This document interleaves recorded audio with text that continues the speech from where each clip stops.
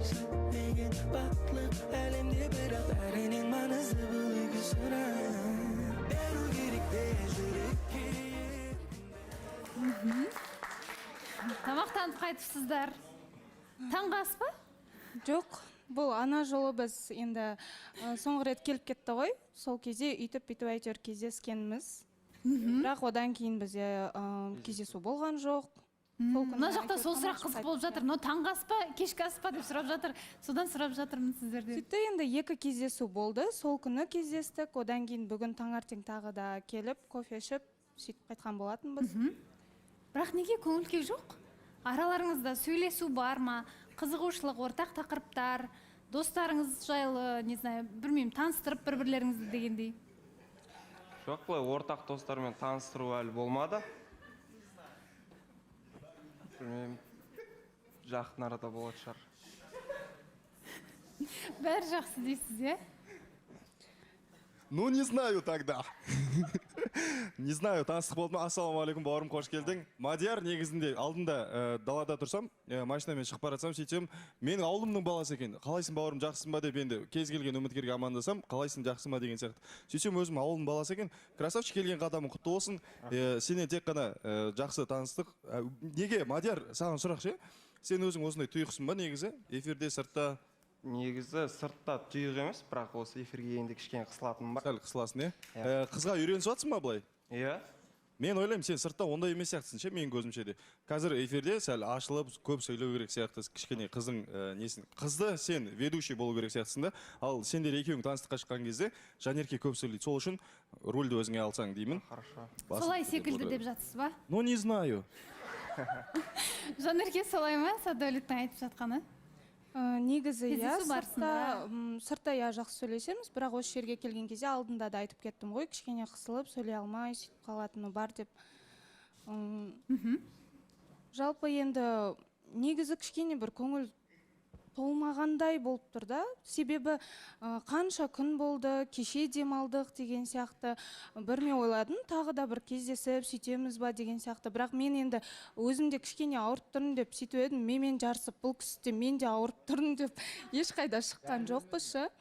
Соған кішкене бір түрлі болып қалдым. Сосын тағы да бір айта кететін нәрсе, енді басында келген кезде қызығып сұрады, осы жоба туралы, қалай қатысушы болған қалай деген сияқты. Сол кезде мен кішкене бір енді ой болды да, мүмкін мен емес, бұл кісіге бір жоба керек па деген сияқты ше.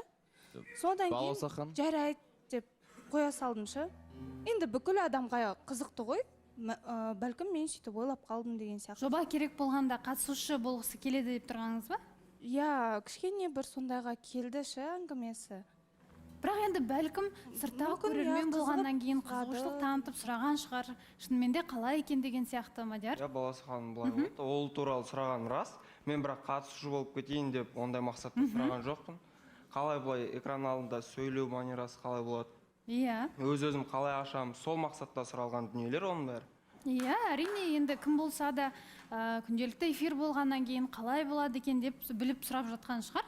Ол бір нақты қызығушылықты білдіреді деп ойлаймын. Балауса ханым, мына жақта кім Жанерке айтып отыр, мен разы болмадым депші, негізі ол нәрсені Мадияр айту керек деген ойда тұрмын негізі. Өйткені алдыңғы эфирларды қараған кезде, алдыңғы эфирда сендердің Нұрдәулетпен болған әңгімелерінен кейін бұл жігіт сенен жасқанып болды, Құдай сақтасын бұндай қыздан деп екінші кездесу жасамаған секілді. Екінші кездесу болды деп айтып жатырмын ғой, қумаш жас. Жоқ, одан кейінгі кездесу саған қызығушылық бір жоқ. Мен айтсам бола ма? Одан кейін кездесу бізде жексенбі күні болу керек болған. Сонымен осы жұма күні эфирден қайттым. Кездесу болды. Ертесінен бастап мен ауырдым үйде. Даже жұмысқа да барған жоқпын. Үйде 2 күн шыға алмай, сол кездесу ұйымдастырылмай қалды. Бірақ оның ешқандай қатысы жоқ па Диастың айтып жатқан дүниесіне байланысты? Шыныңды айтшы, алдыңғы эфирдан кейін сен бір түрлі болған жоқсың ба? Екеуінің арасында сөйлесу болған, видеозвонок болған. Жоқ, біз оның бәрін сыртта сөйлесіп қойғанбыз. Былай қарап шешілген. Білмеймін, менің ойымша бір түрлі секілді. Одан кейін баласы қанша Жанерке айтып жатыр ғой, не деп, эфир үшін жүрген сияқты. Эфир үшін жүрсе, ол адам мына жерге келіп алып үндемей емес, бір сөйлеп өзін көрсететін еді. Одан кейін ауырып қалдық, сол үшін кездесе алмай өтті дейді. Ауырма, сөз бар ғой, ауырып еміз дегенше ауырмаудың жолын ізде дейді. Сол үшін адам кішкене терлеп, сондай бір амалдарын жасайды да адам. Мен ойлаймын, егер бұл жігіт жоба үшін келсе, өзін көрсетіп бұл жерде активный болып солай отыратын еді. Просто Жанерке таныстықты тоқтату үшін содан бастап жатқан сияқты бірден. Жақсы жақтарын бірінші бастап, содан кейін барып солай айтса басқаша көрінетін еді просто. Нұржан? Тима дұрыс айтып жатыр, соны айтайын деп жатқам. Бұның айтып мен бас айналып Құлшынып отырсыз айтайын деп. Тима айтып қойды. Дәл қазір жарнама. Жарнамадан кейін Нұржан не айтқысы келді? Барлығын таныстық жалғаса ма жоқ па бірге